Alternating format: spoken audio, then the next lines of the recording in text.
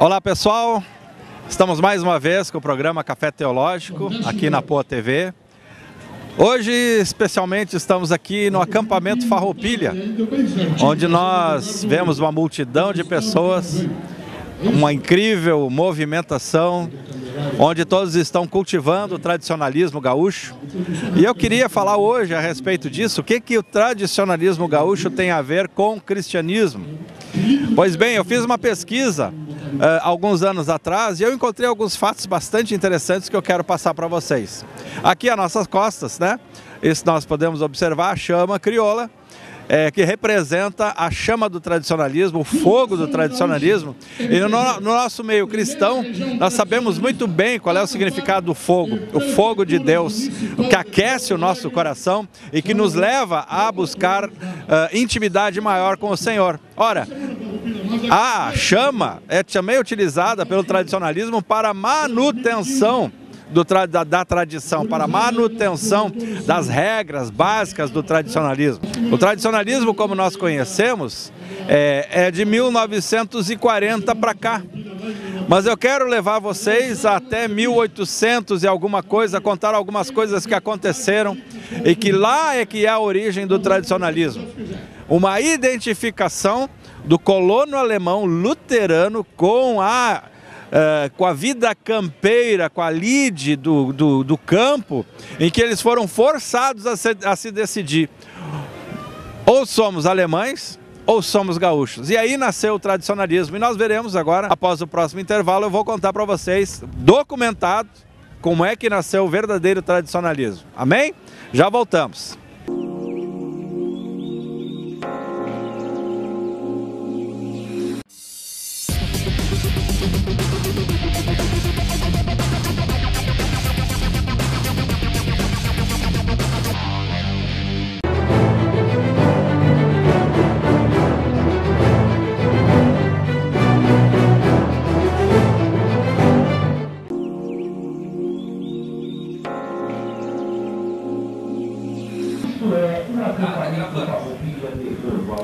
Retornando então, estamos hoje aqui no acampamento Farroupilha, uma linda manhã de domingo, e quando nós falamos de tradicionalismo no nosso meio cristão, nós temos algumas preocupações e bastante plausíveis. Mas eu queria trazer hoje uma nova visão, ou ampliar um pouquinho o entendimento do que é o tradicionalismo, a origem do tradicionalismo, e está muito ligado ao cristianismo, está muito ligado mesmo. E eu tenho até a percepção de que aqueles cristãos que saíram do tradicionalismo e entraram para uma igreja evangélica, eles têm um receio de retornar a esse meio, né? Por causa dos vícios e práticas praticadas no passado. Mas eu tenho boas notícias. Eu tenho não uma revelação, mas um estudo, uma pesquisa que eu fiz há algum tempo atrás e que nos revelam que o tradicionalismo gaúcho está intimamente ligado ao cristianismo. Vamos lá. Lendo a Carta de Princípios do Tradicionalismo Gaúcho, publicado no site do MTG, que é o Movimento Tradicionalista Gaúcho, nos chamou a atenção alguns dos itens cujos elementos definitivamente são fundamentalmente cristãos e bíblicos. Podemos exemplificar quando o Estatuto nos fala da moral, dos bons costumes, da consciência coletiva, do respeito às instituições, da valorização do núcleo familiar, do homem como líder, etc. E você já no seu íntimo já pensou alguns versículos bíblicos bem interessantes que têm a ver com esses textos, com esses termos que eu utilizei agora. Nós fizemos uma pesquisa porque nós estávamos entendendo que essas palavras, essas expressões normalmente utilizadas pelos protestantes no Rio Grande do Sul, poderia haver uma influência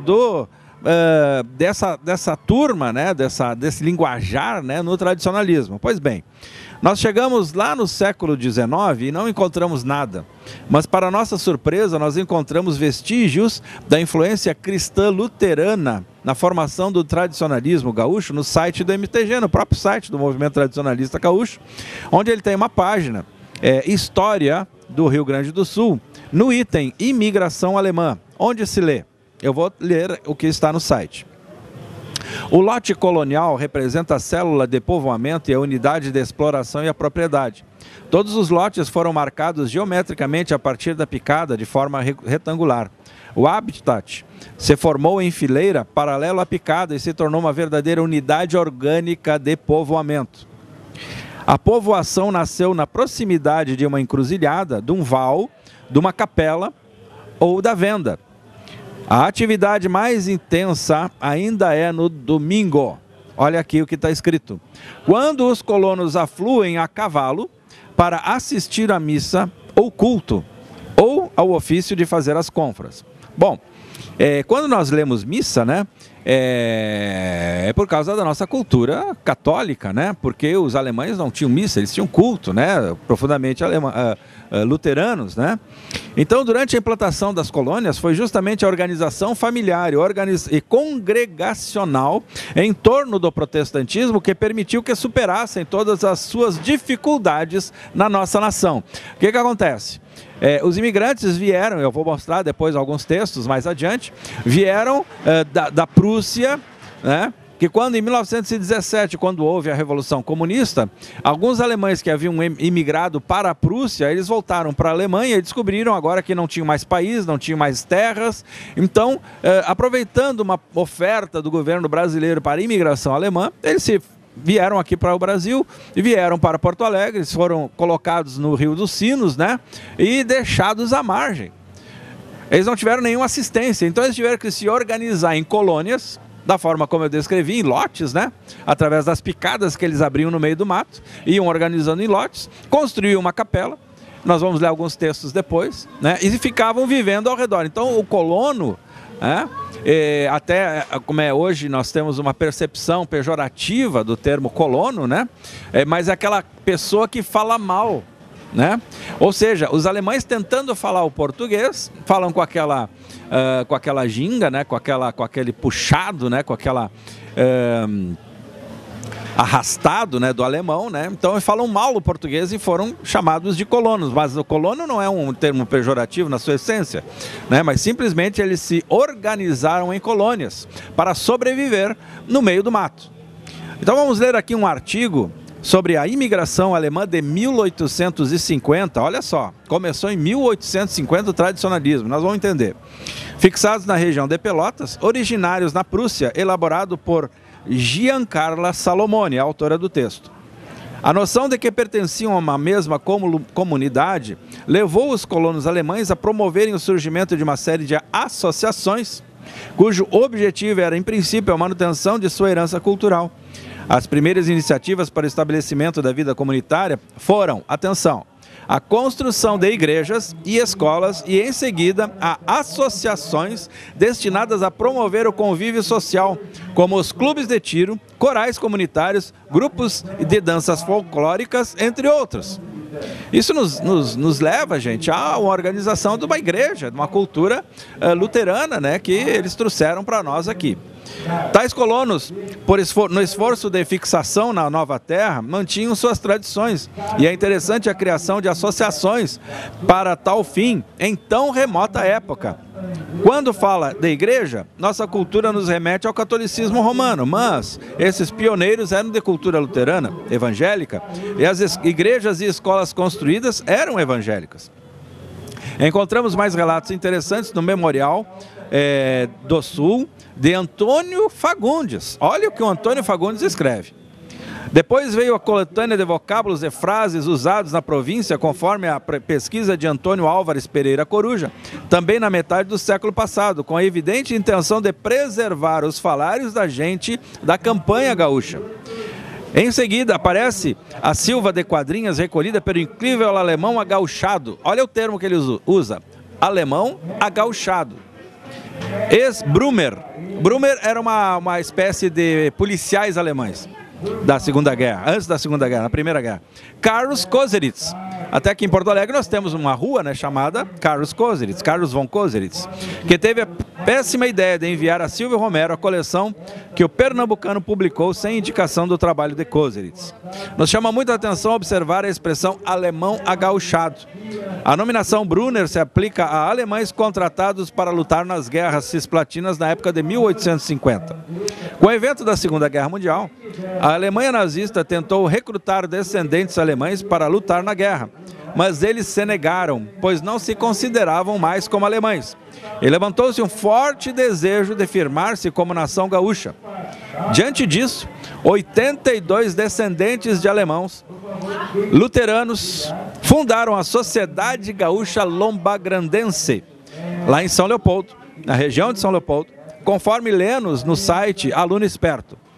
Passam-se vários anos e décadas mais tarde, a Alemanha nazista se levanta das cinzas da Primeira Guerra Mundial e atrai a simpatia de descendentes alemães em todo o mundo.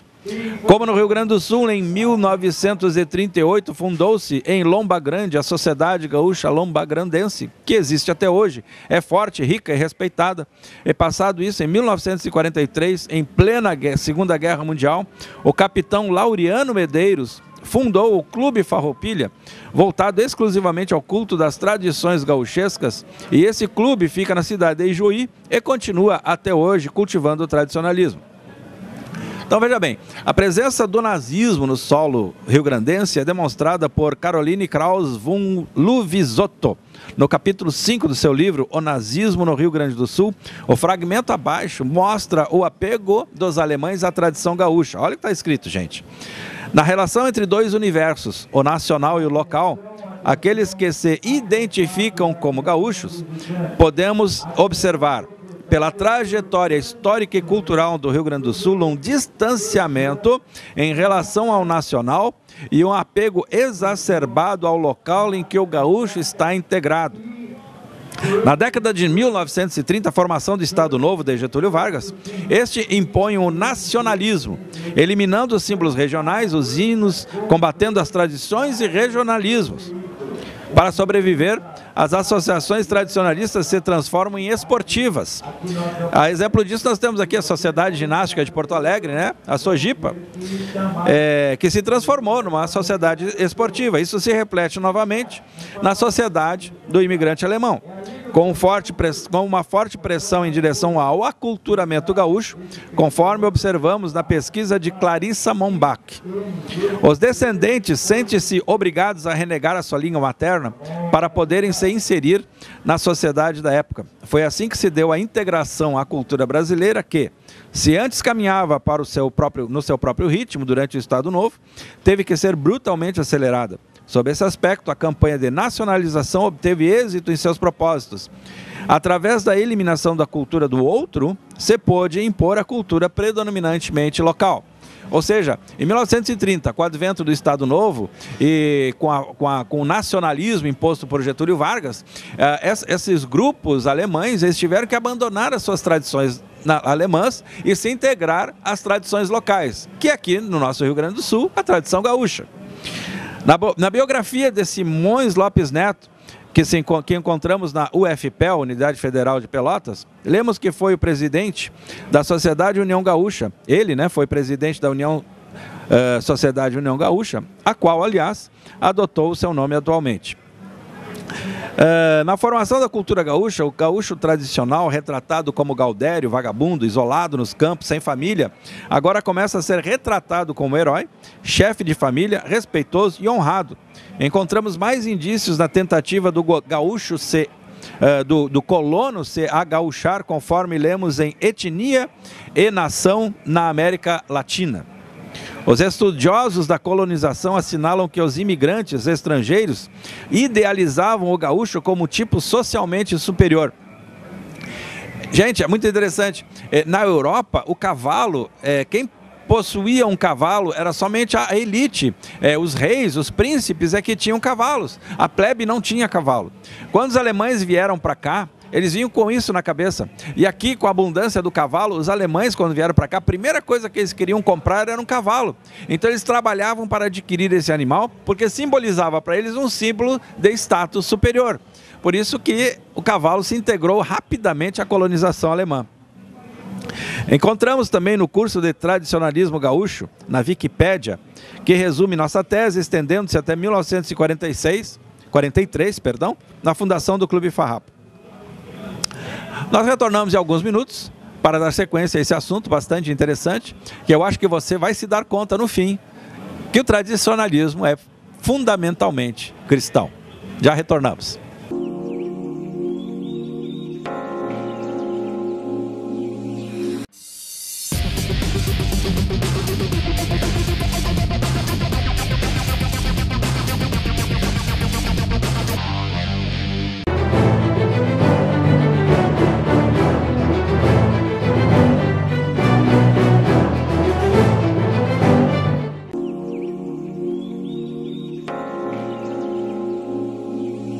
Retornamos então com o programa Café Teológico. Hoje estamos aqui no Centro do Tradicionalismo Gaúcho, no acampamento Farroupilha 2015, uma festa fantástica de tradicionalismo, onde nós buscamos a moral, nós buscamos a família, nós buscamos o encontro.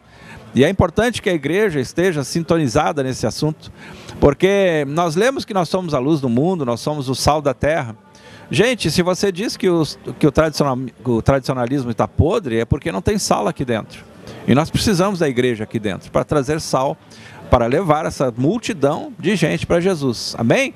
Bom, eu estava contando, né, sobre a origem do tradicionalismo. Então, resumidamente, os alemães, quando vieram para o Brasil, foram colocadas lá no Rio dos Sinos, famílias foram abandonadas no meio do mato e tiveram que se organizar.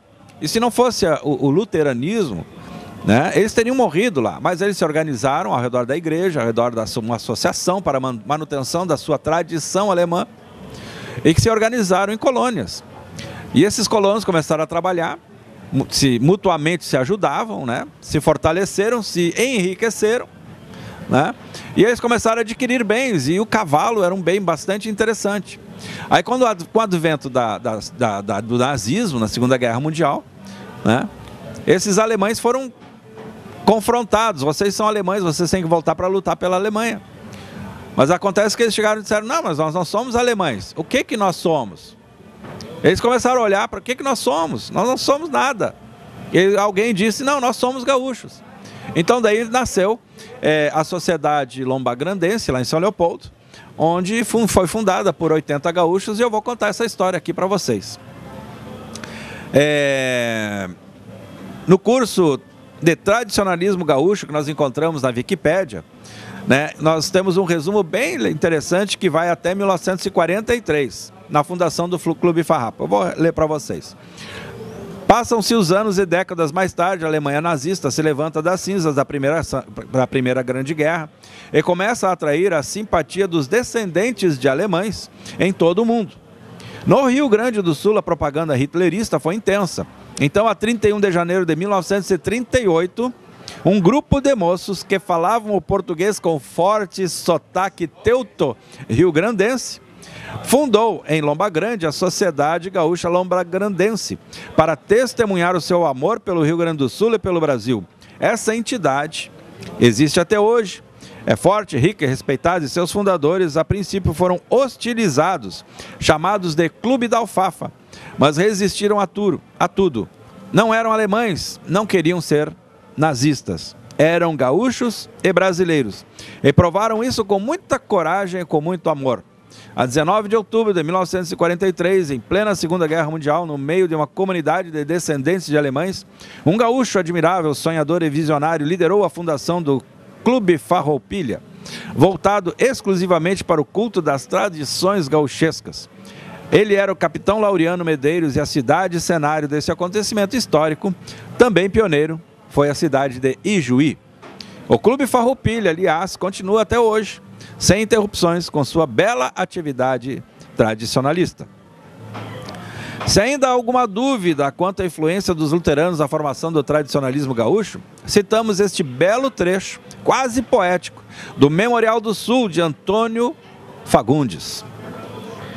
Na quarta década do século XX, no bairro de Lomba Grande, em São Leopoldo, um grupo de moços de sobrenome alemão via com preocupação o sucesso da pregação nazista entre a população local.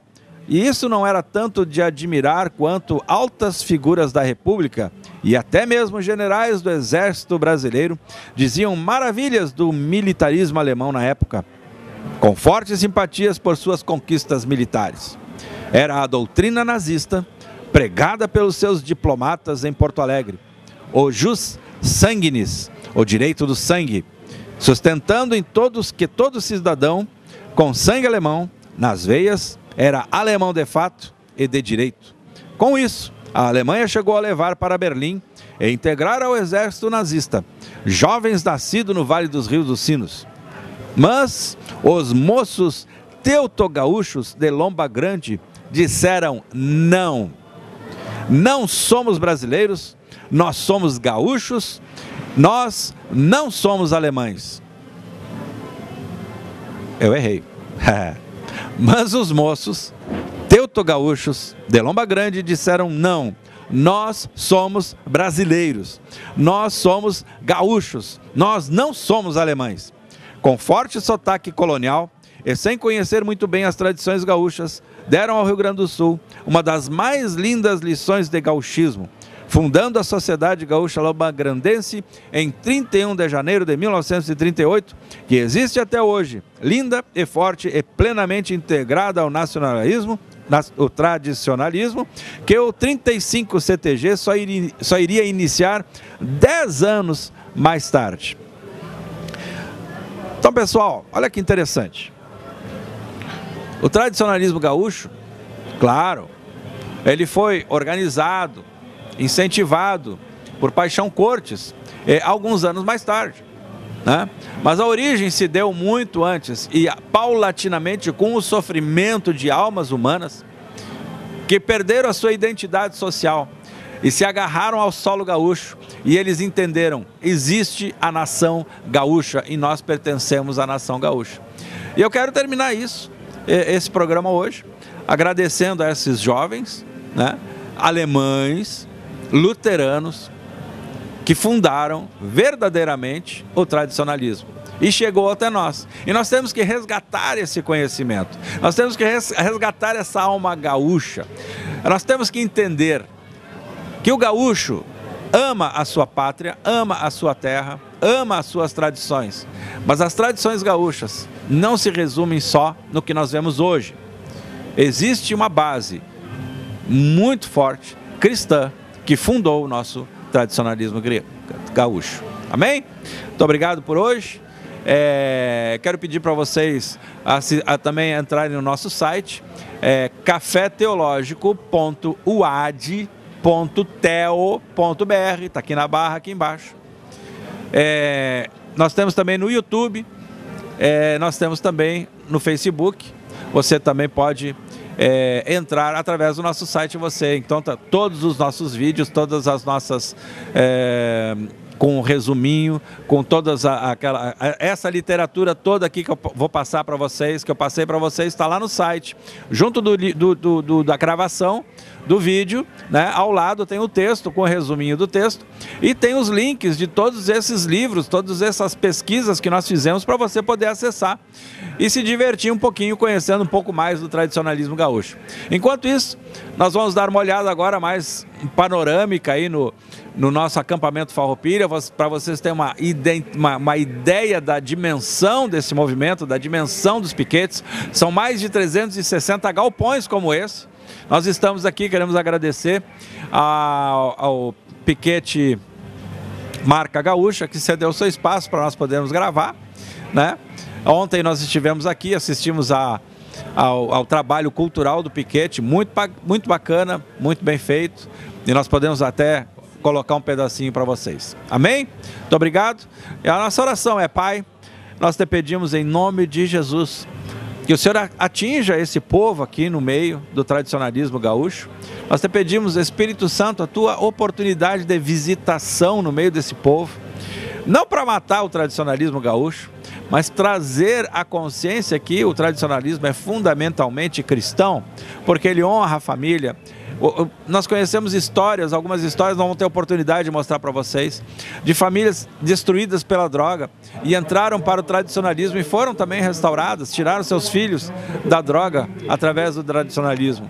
Mas também não adianta querer tirar da droga e sair de uma coisa errada para outra coisa errada. Não, nós temos que consertar, gente. Nós temos que levantar aqueles cristãos que gostam do tradicionalismo, aqueles cristãos que estão envolvidos no tradicionalismo aqui no meio dos piquetes. Levantem a sua voz e digam: nós somos evangélicos gaúchos, nós somos cristãos gaúchos, em nome de Jesus, amém? Quero lembrar também, né, que às segundas-feiras, 22h30, na Poa TV Canal 6, sempre com um episódio inédito, com uma nova gravação, com reprise às quartas-feiras, às 22h30, sempre aqui na Poa TV. Até a próxima, se Deus quiser.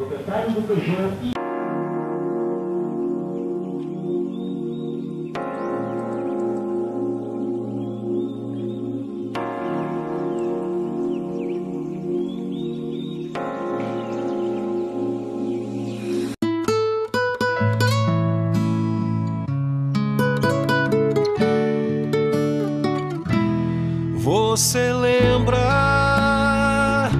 dos nossos sonhos, nosso amor guardado aqui no meu coração. Nada mais tem valor, aprendendo a viver com o bem e o mal a nos seguir. Você lembra? Você lembra?